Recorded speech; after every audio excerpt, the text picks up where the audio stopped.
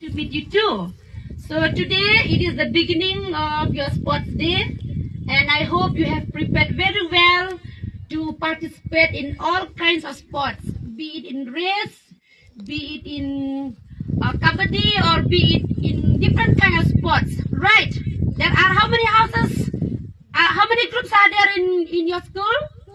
Four. Tell me. Green, red, blue, and yellow. Right? So which one is yellow house?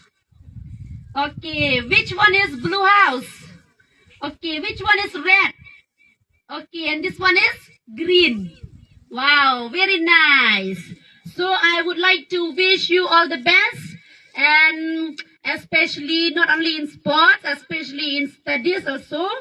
Be a good student, obey your teachers, obey your parents, and have your discipline, especially complete your homework, complete your classwork, study hard at home so that you will pass in your exams, okay? You don't want to stay in the same class, right? Do you want to stay in the same class? You will fail every year. Do you want that? You don't want that, right?